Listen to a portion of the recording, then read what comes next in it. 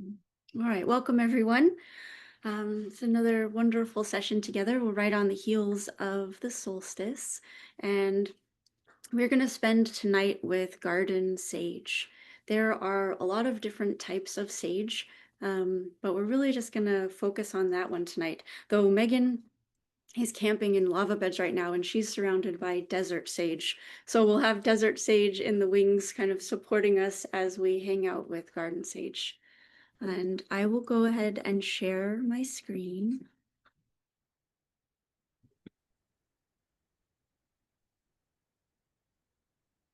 All right. Can everyone see that?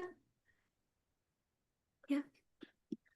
Okay, so we'll start tonight with the 8 verses just to help us connect with our Mingjue.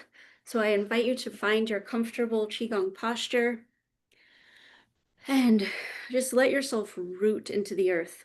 Your sits bones, your feet, your whole lower body just heavy and grounded and connected. And from that groundedness, feel the spine lengthen and the crown of the head lift to the sky and up into the galaxy. And just receive Dr. Pong's 8 verses.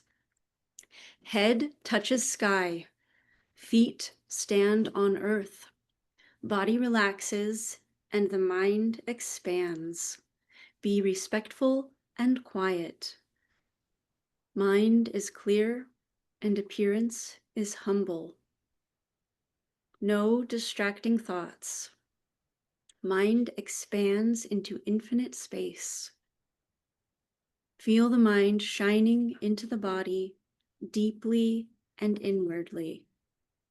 Entire body is harmonized with qi. Harmonized with qi. Harmonized with qi. And that brings us to sage, Salvia officinalis. And you likely know it as garden sage, official sage, common sage, or culinary sage. So it's the sage in stuffings and making that grand appearance at Thanksgiving. So it's a familiar one for most of us. And I'm going to share some kind of basic information about garden sage. And as I do so, there will be lovely photos, and I invite you to just soften. Let your eyes go soft, your body relax, and allow the information to just wash through the field and let land what wants to land and just let flow what wants to flow. So, garden sage is a member of the mint family, and it is a woody perennial. Angie was just mentioning perennials, and this is one of them. And it flowers 3 to 4 feet, and you can, well, it grows 3 to 4 feet, and then it has these lovely flowers. You can see them in one of the photos here. So it can actually grow quite large. And it's hardy zones 5 to 9. Let's see, and it thrives in warm, dry climates. However, it's cultivated throughout the world. Historical records suggest that sage has been grown for over 2,000 years. Romans and Greeks are believed to have used sage for its culinary and medicinal properties, and it's thought King Solomon's gardens grew sage. And medieval monasteries also had it. So there's a long history of people working with sage and in spiritual contexts. And here we see that garden sage is beloved of pollinators and beneficial insects. It attracts them and nourishes them because the nectar of the flowers is quite powerful and the leaves are strong and provide wonderful habitat. And you can see in this photo with the ladybug, it captures the detail of the sage leaf, and many of us probably know it has that kind of soft feeling, and if you rub it and then smell, you can smell that lovely strong sage smell. It's one of my favorite things to do right now is just wander out and rub the sage plant and smell it. And this one reminds me of that because it captures the texture so well. And as I mentioned earlier, and most of us know, sage is found in cooking around the world. It's often paired with meats, stuffings, soups, stews, vegetables, savory baked goods, and it's probably very well known in Italian seasoning and bouquet garni, and it's infused into oils and butters, used as a garnish. You can make it into a tea. It's quite prevalent. And I didn't know this before researching garden sage, but historically it was used to help preserve food. Um, and that brings us to sage having medicinal properties. So part of how the preservation of food worked well is because it is antimicrobial. It's also an antioxidant, anti-inflammatory, antiseptic. So it's used in sometimes personal care products to help with hair health and just the health of the body inside and out. It can relieve indigestion, including bloating, gas, and it may even stimulate appetite. It might also enhance cognitive function and memory. And historically, it's been used to relieve respiratory issues such as sore throats and coughs. And part of that, you can gargle with a sage infusion or strong sage tea to help a sore mouth or a sore throat. You can even make a toothpaste with ground sage and salt and scrub your teeth. It also decreases perspiration, salivation, and lactation. And it can treat minor wounds, minor burns, or other skin irritations. And it's generally safe in culinary amounts, though in very high doses it can actually be toxic because it's such a powerful herb. So the dose makes the poison, as we see often. And this is sage burning. So we're probably familiar with smudging or taking a collection of dried sage and burning it in spaces. So that's what this is a photo of. It's quite lovely. So Salvia officinalis, garden sage, has spiritual significance across cultures and traditions. It is often associated with wisdom and clarity, and it's widely used in smudging rituals. Smudging is rooted in indigenous cultures and is thought to create a sacred space and to promote spiritual healing. White sage, Salvia apiana, is commonly associated with traditional smudging, but you can use garden sage. So if you have some growing in your yard, you can dry it and make your own smudge stick and cleanse a space or an object, anything that you want, because it cleanses and purifies spaces, objects, people. It is considered a protective herb believed to ward off negative influences and energies. It also symbolizes physical and emotional healing, promoting overall well-being and balance. Sage is often used in rituals and ceremonies to connect with the divine or higher spiritual realms to enhance meditation and prayer. So you could have a bit of sage tea or just some sage with you. You could smudge first. If you have a practice scheduled, you can incorporate sage just for fun and to connect. And some, I didn't know this prior to the research either, but some cultures associate sage with fertility and abundance, personal abundance as well as natural abundance. And sage is seen as a symbol of transformation, adaptability, and even longevity or immortality. So it has a long history with a lot of powerful associations, and I knew it would with the name of sage, but I didn't realize how strong. And that was sort of why I wanted to share this topic, because in our most recent module, Teacher Wei, he brought up a lot of sages, and I realized as I'd been sitting with the teachings from all of the sages that my sage plants, as I would walk by them, I was intrigued. I was like, okay, this is really interesting. So I wanted to look into sages, the people, and then sage the plant. And what I discovered is the word sage, as applied to a wise or enlightened person, comes from the Latin sapiens, meaning wise or discerning. whereas the plant sage, Salvia officinalis in this case, gets its name from the Latin salvia, derived from salvere, meaning to heal or to save. So they're not from the same word root, but it's still so interesting because you have wisdom and discernment, healing and saving for that one word. And to bring all of those together, it feels powerful. Um, and so they have different roots, but culturally we've entwined them. So the sage, as we saw, is associated with wisdom, purification, and protection in spiritual and medicinal traditions across the world, from ancient Rome all the way to indigenous ceremonies in North America. And both the people sages and the plant sages are seen as agents of healing, clarity, and higher understanding. So as I gaze upon the sage and smell it, it just helps, and eat it sometimes. It just helps remind me of this connection and these lessons that Teacher Wei is bringing to us. And then this is from the June module. I was curious, okay, so we spent time with this sage plant. What about sages? And here's what Teacher Wei shared. What is a sage? Being a sage means that all life is awakened, peaceful, free, and compassionate. Mingjue practice can build the foundation for becoming a sage. Mingjue says, mm.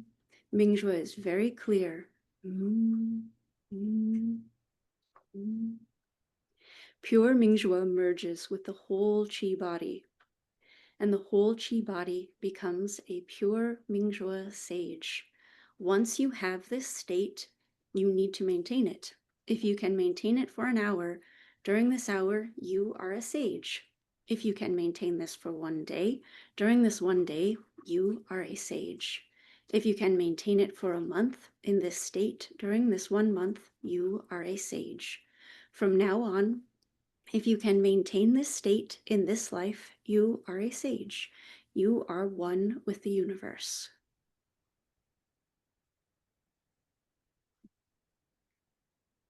Just letting that sink in.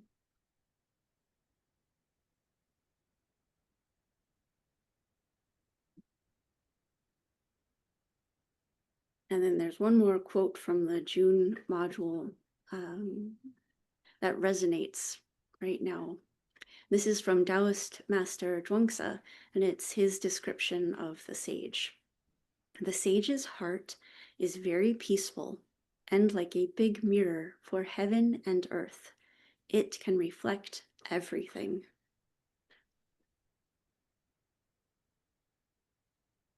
I love this image with that quote because it looks like the sage is between heaven and earth, and there's this beautiful Qi waterfall in the background.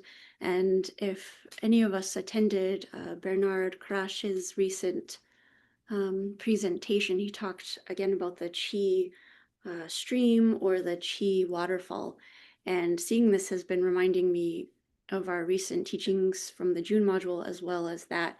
And it's just, I don't know, in my practices, my mind kind of goes back to this image and this quote of the sage being between heaven and earth and just receiving that Qi energy and reflecting it with that clarity and wisdom and purification that the sage plant and the sage people both bring to us and model so beautifully. These are two sages in our garden right now, and there's a baby borage or a young borage. It's not baby anymore, but there's a young borage in between. And these are some of the plants that inspired this inquiry. This is the last slide. This is Alma's sage from her garden. It's just so lovely. And I'll let us sit with this and absorb the transmission of the sage plant.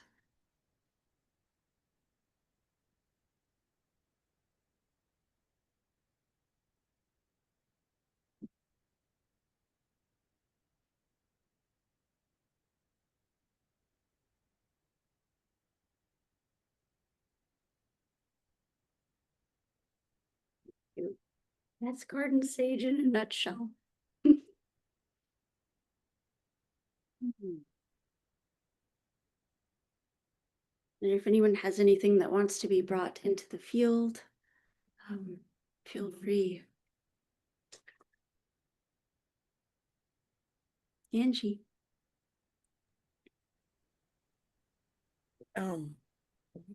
When I think of sage and when you first started talking tonight, one of my strongest cooking associations with sage is dressing for Thanksgiving. And the past few years, when I make the dressing, and I've had people offer to help, and set up that they would get up and they oversleep.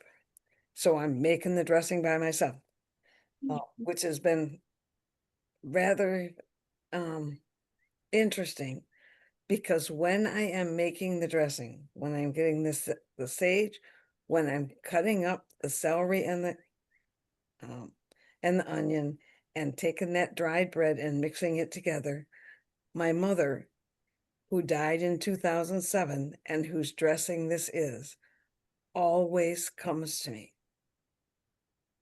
And it's one of the most consistent times of connection that I have with somebody who has passed. Is she always comes. I think the first time she came, it was because I was frustrated because I didn't know how much of what to put in.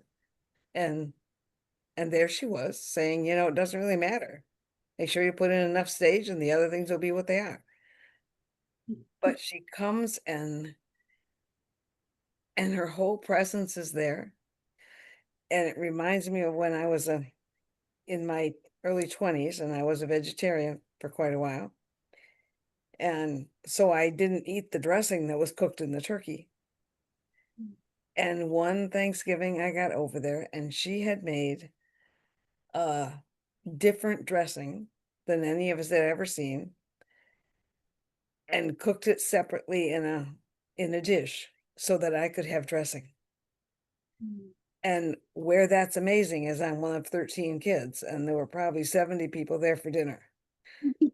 But she knew dressing was important to me.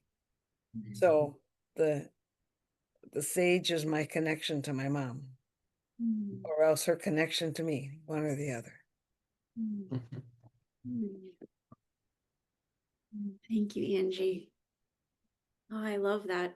That's something I've been feeling with the plants because sometimes we bring an herb or a flower, and the connections between people are so strong. It's like the plant helps us stay together, like it keeps the memories, it keeps the presence. It's the smell, the texture. It's so powerful. I really appreciate you sharing that and bringing your mom into the field with us, especially with the sage. It helps anchor and embody it. Yeah, thank you. Haula. Allah.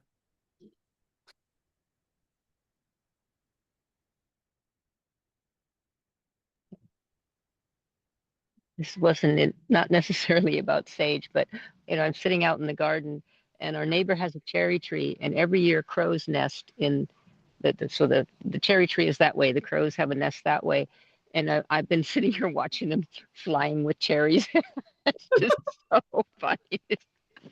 They do this every year. I think their babies are very well fed on cherries, but I just watched him go by like 3 times with a big cherry in his mouth. The things you get to see when you sit outside. I love it. Yeah. Well, that's perfect. Yeah, because garden sage, I mean, it's got its name, garden sage. It's this member of the garden in totality. It's not sage on its own. It's like sage participates in this garden culture with all of the birds and all of the other plants. So that's perfect. Thank you, Robin. Yeah. Howla. Howla to the baby crows. Oh, Gary. Yeah. Yeah, And then I had a little something on Sage and Angie when she was talking about the dressing. I could smell it, and my aunt, we used to go there for Thanksgiving, and she always had sage, and she had two dressings. One was called in and one was called out. And the out dressing was made not from inside the turkey, but in a dish, a bowl. And I can't remember which one I ate, but it just listening to Angie talk about it, my olfactory system just bloomed with the smell of dressing.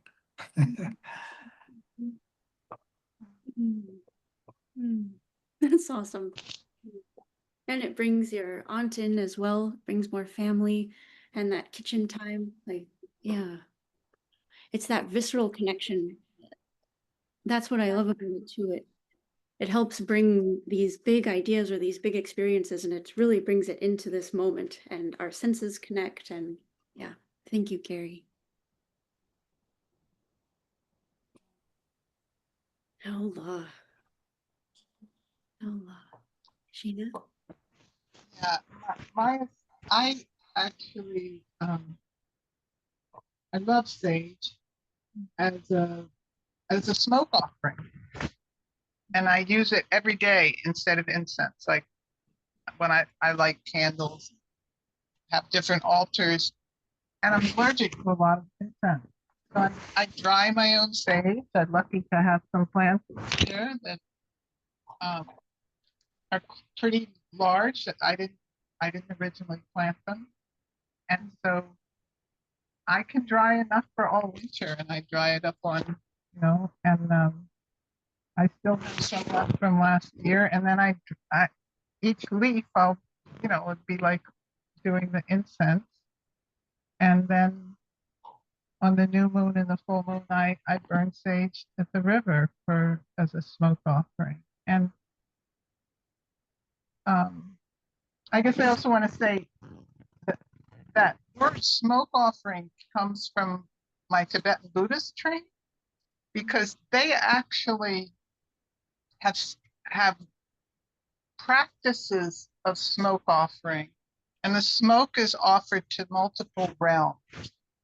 So it's offered to, it's like a means of communicating across the realms, the material, the subtle, and the emptiness. And so all levels of beings can be transformed by the smoke offering and your intention. And so anyway, that came up from me around today. I love that. Thank you. I mean, it fits with the power of the sage plant medicinally, culinarily. I mean, it goes, and as a smoke smudging practice, it goes with all of the levels of our being. It impacts our physical, our emotional, promoting well-being, our spiritual, the visible, the invisible. Yeah. Such a good smell too, like when you smudge with sage. Oh, it's so good. It is.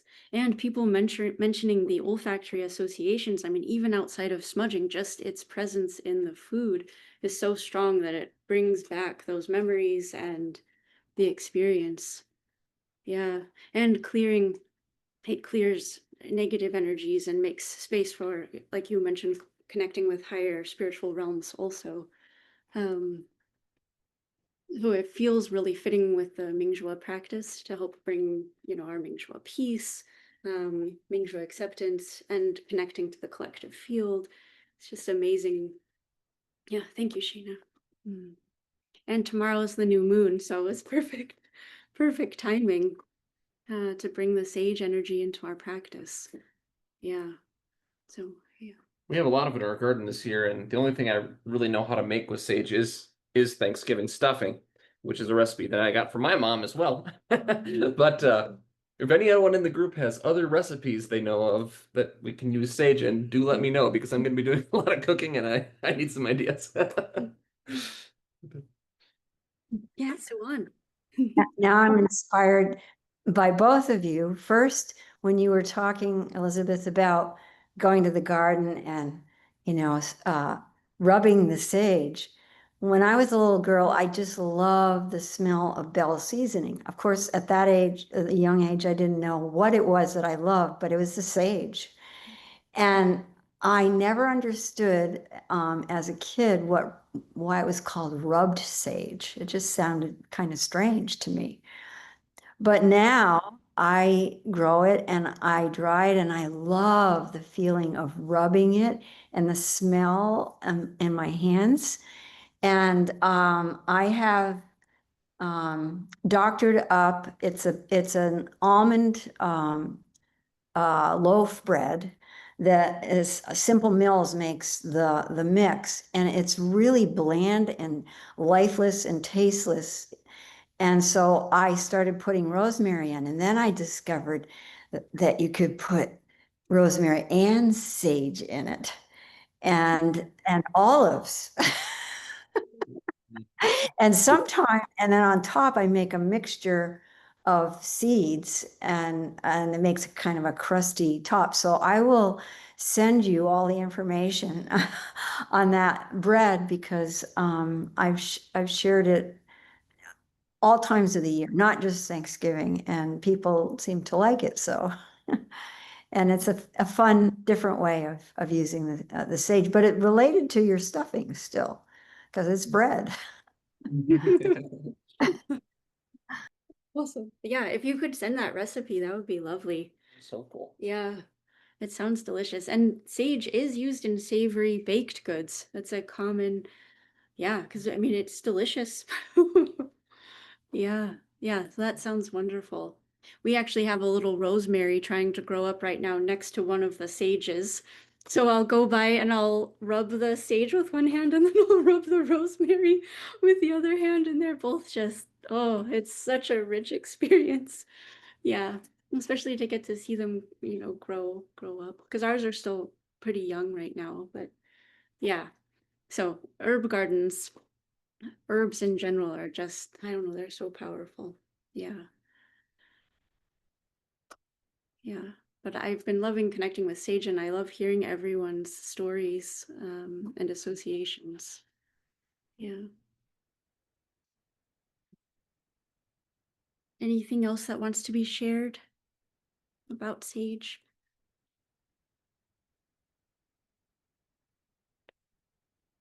I'm still feeling Shayna's smoke one. It's like I'm inhaling the inviting that cleansing here into the space with us, and that uplifting of our spirits, preparing for tomorrow's new moon. And there will be a new moon session tomorrow with Stephanie. So we can have this as our pre-session, carrying us in and helping us open the energy for this new moon. And with the powerful energy of the solstice, in the galactic center, there's earlier in the class this morning, Stephanie mentioned this dual holding of grief and possibility, and this kind of cleansing and this power of the sage plant, these beautiful memories. It reminds me of that, like growing our capacity to hold, grief and possibility, especially because sage in large quantities is toxic. So it's like getting that right balance and working with the sage in a way that brings healing, brings opening and nourishment, while also respecting and honoring that aspect of too much sage is toxic. Like it's that holding both. It feels really beautiful also, like that respect and reciprocity with the plant. So thank you for all of your sharings.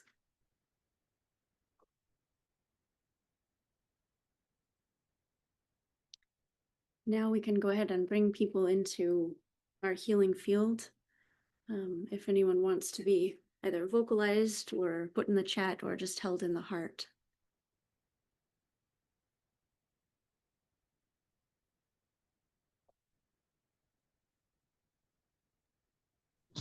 I'd like to put my friend Jereen, who had a stroke procedure recently. Just say procedure. Yeah. Was Why it not? Why is procedure? And also put my friend Louise, who has liver cancer. And I also put my poor dear grandchildren who are in outdoor camps in this heat. I'm just like, please. 'Cause it's, I don't know how hot it is where you are, but it's still like 95 out here. It's really, really hot. Same here. We were up 103 during the day, Yeah. 100. And it's, so maybe put the causes and conditions of greater balance in nature in the field too. And the sage supports that, bringing balance in Mm. natural things as well. So, yeah. Thank you. Allah. Put my friend Cordy, who had a small breast cancer nodule taken out today. Allah. Karen and Gary, one of you said something. Yeah, I'd like to put Karen in the field. She has a minor procedure tomorrow. Mm.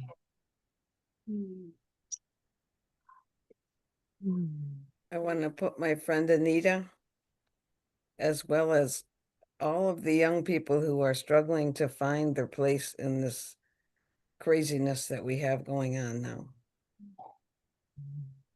So grandchildren and young people I don't know even.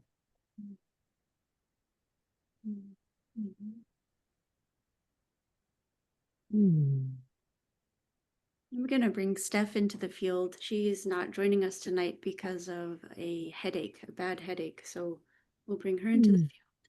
And Irene, and Megan, who's camping. A desert sage. So the heat, yeah.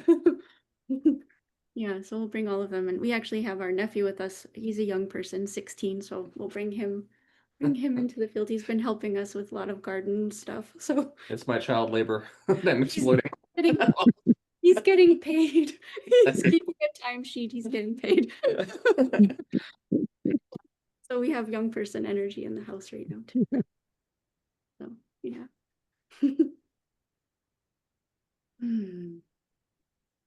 Yeah. Anyone else who wants to be vocalized? I'd like to bring all the people in this new Qigong class I'm teaching in person. Each person in there has their own challenges, and I just would love to bring them all in to support them, and maybe they'll even come and visit here sometime. So that's what I'm hoping. They'll get interested enough to maybe come in and join us. I want to bring in all the people in the craziness of the Middle East.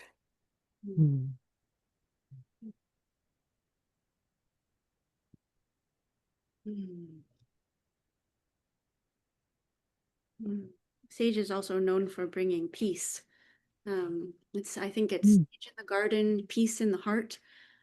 So we can connect with that also.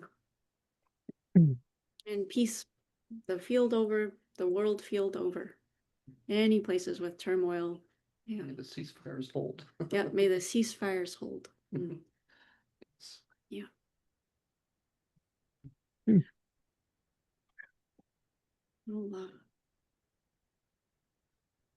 All right. Well, with these beautiful sharings and intentions, all of the ones said and all of the ones held in the heart and kept quiet for now, we'll go ahead and shift into our consciousness field setting. I also have our dog here holding us, anchoring the energy, helping us cross. One's pressed on me, so she's definitely enjoying this. So I invite everyone to find the most comfortable posture, seated, standing, or laying down, whatever feels good. And once you find that posture, just settle into it. Feel the places where your body connects with the surfaces beneath you, and just let the energy sink in. You You can make a few deep breaths and just let it all out. You can vocalize if it feels good. Letting all of that tension drop through into the earth, knowing that the earth can receive it, compost it, and transform it. Letting go of whatever needs to be dropped today.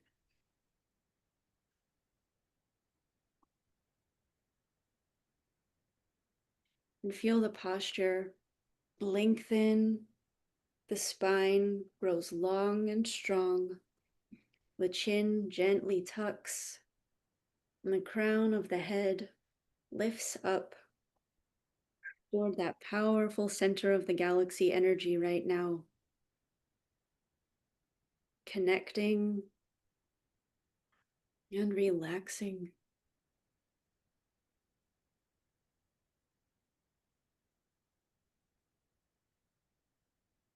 And just taking a few quieter, deep breaths. Inviting our peaceful awareness, our Mingjue,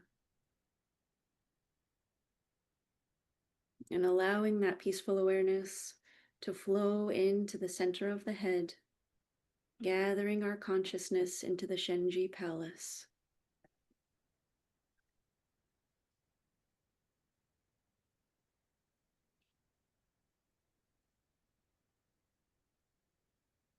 Noticing the observer observing itself at the center of the head. Inviting any thoughts to slow down.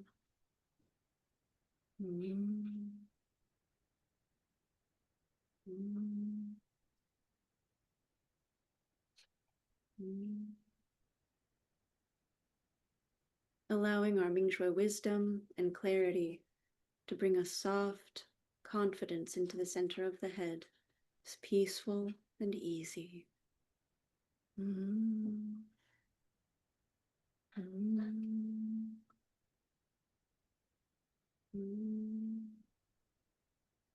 inviting that Mingjue peace to radiate out from the center of the head, bringing the observer into the sense organs, the eyes, noticing any tension, inviting it to release.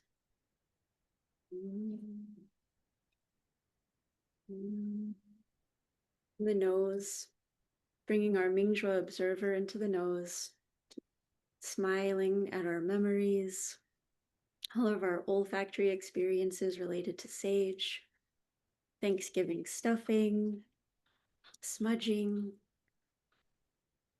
smoke rituals, savory bread, through the garden. Just giving deep gratitude for our nose. And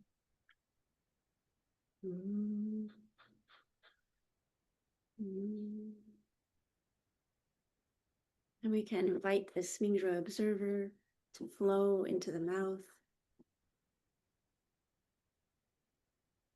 Just seeing if a very gentle smile wants to rest on the lips. Not forced, just invited. And observing the ears, the inner ears.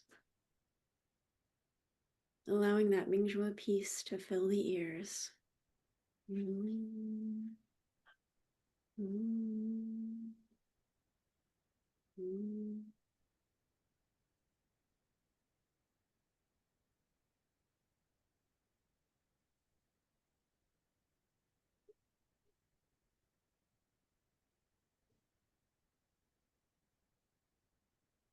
The entire head inner space, the center of the head, the sense organs, open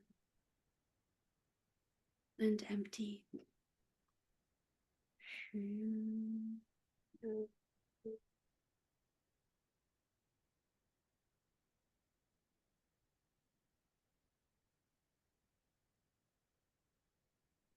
Mingjue moves into the throat.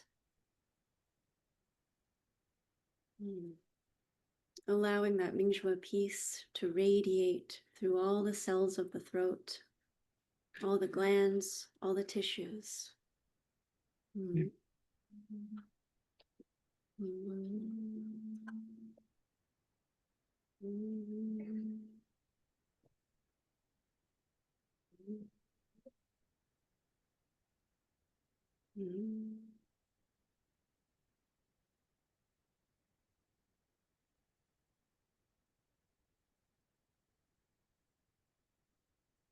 this peaceful Mingjue of the throat inner space opens and empties.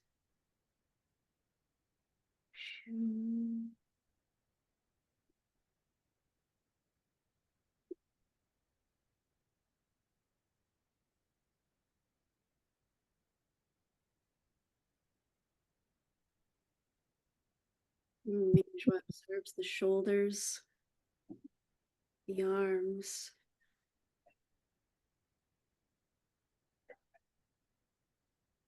and the hands. Feeling that peaceful Mingjue radiate through the inner space of the shoulders, the arms, and the hands.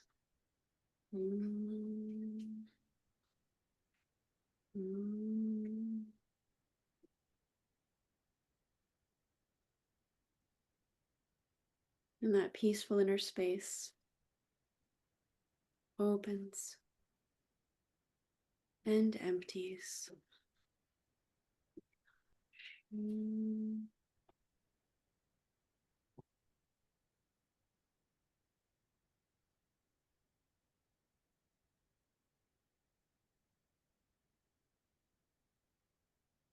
Mingjue moves into the chest, observing the lungs, the breasts, and the heart.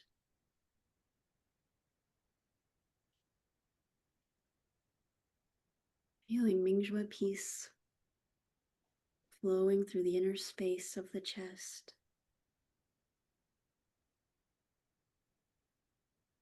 Inviting a peaceful heart, a peaceful heart expanding and connecting with all the baby hearts gathered here in this meditation, in the collective consciousness field, expanding out to all wisdom fields.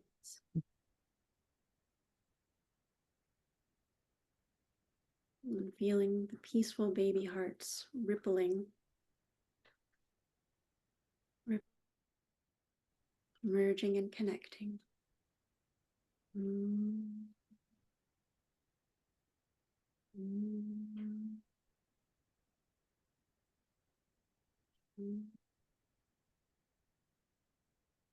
The inner space of the chest, the lungs, the breasts, and the heart open, empty.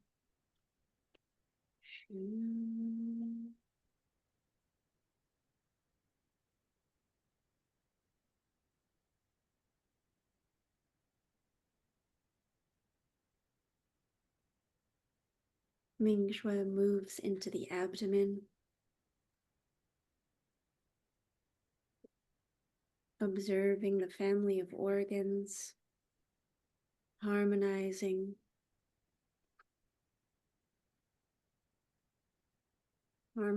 with Mingjue peace.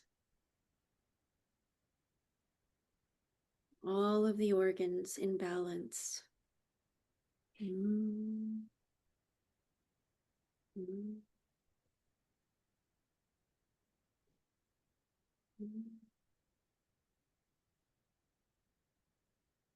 Allowing that gentle smile from earlier to flow through the harmonized organs. Mm. Mm. Mm. The inner space of the abdomen, the vibration of the organs, open, open, empty. Mm.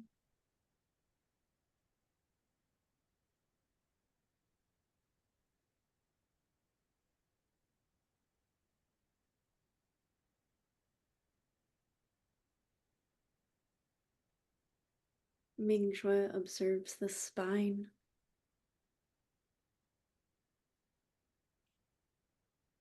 inviting Mingjue peace into the upper back, the middle back, and the low back. And the observer expands into the central nervous system, the peripheral nervous system, bringing Mingjue peace into all the nerves, to all the communication pathways. Mm. Mm. Mm. The inner space of the spine, the back, and the nervous systems, open and empty. Shoo.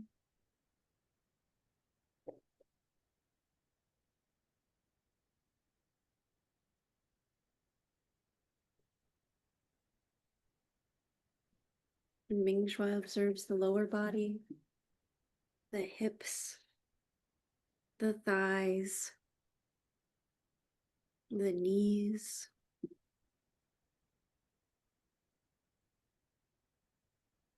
the calves, the ankles, and the feet.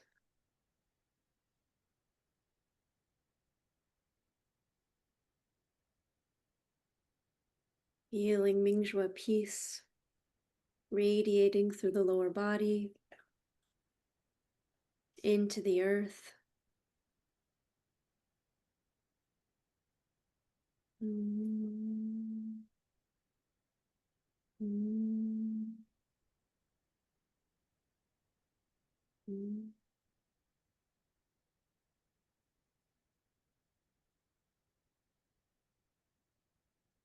Mm. And the inner space of the lower body opens, opens, and empties. Shoo.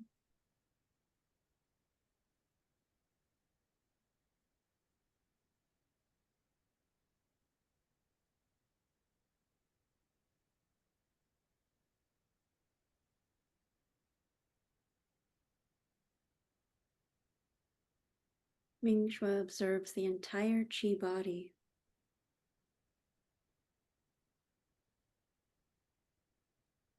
connected with earth and heaven, and feeling that Mingjue peace permeating all of the layers, all of the dimensions. Mm.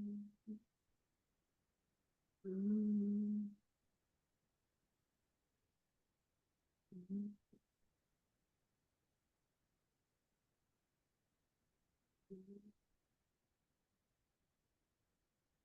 And observing the softening of the boundaries between the chi body and the universe, inviting them to blur and dissolve, feeling that Mingjue peace flowing without boundary, Mm. Mm.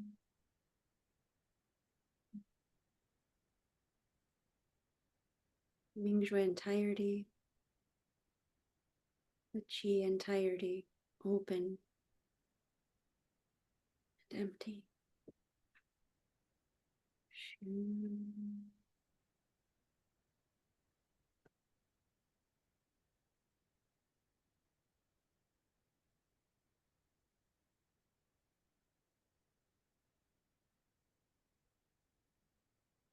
In this open merging, we are Mingjue love.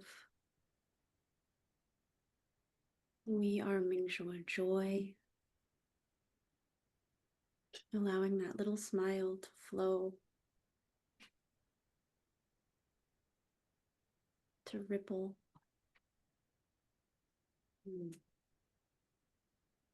We are Mingjue acceptance. We are Mingjue trust. We are Mingjue gratitude.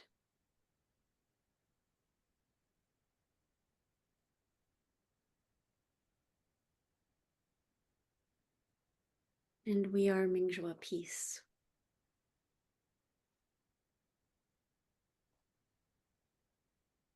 And together we hold peace and wisdom in this entirety.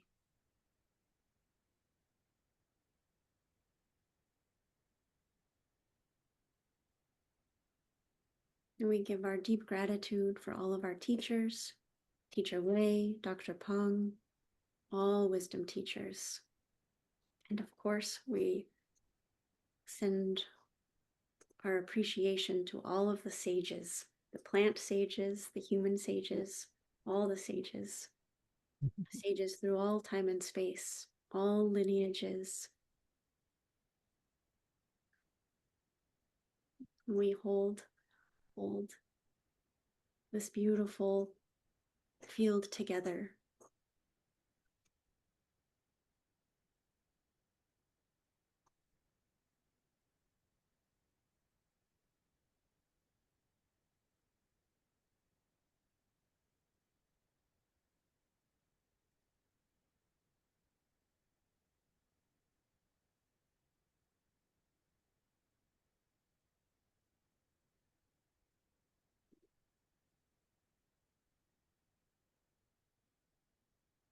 And in this place of peace and gratitude, check in and see if you'd like to stay here, resting in this collective field.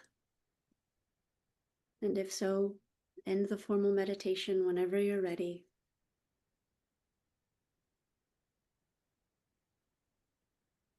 Otherwise, allow this peaceful awareness to flow into the toes and the fingers and the mouth, inviting gentle movement, maybe a big smile and a scrunching of the face, waving of the fingers and the toes. Chant peaceful inner Mingjue sage, the strong scent of the sage plant, and just let it ripple through the body if that feels good, now or later. Just move.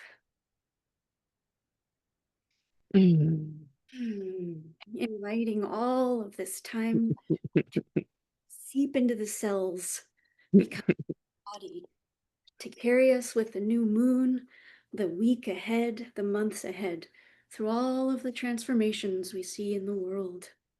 You can shake a little if it feels good.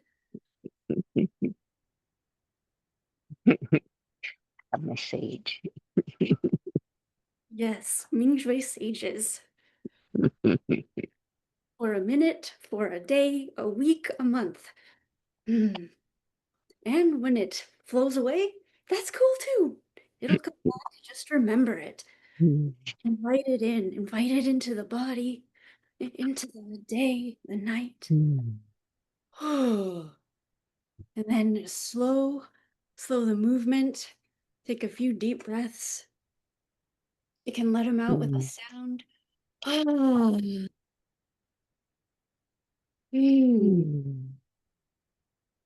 Oh.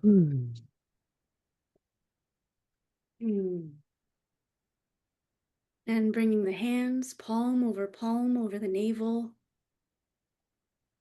grounding in the Mingmen inner palace, feeling our life force, our well of beautiful energy. Haola. And when you're ready, you can open your eyes if it feels good. Thank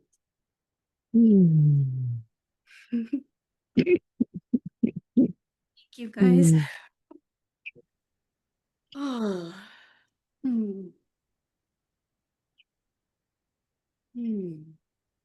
Thank you, Elizabeth. I'm with my sage plant.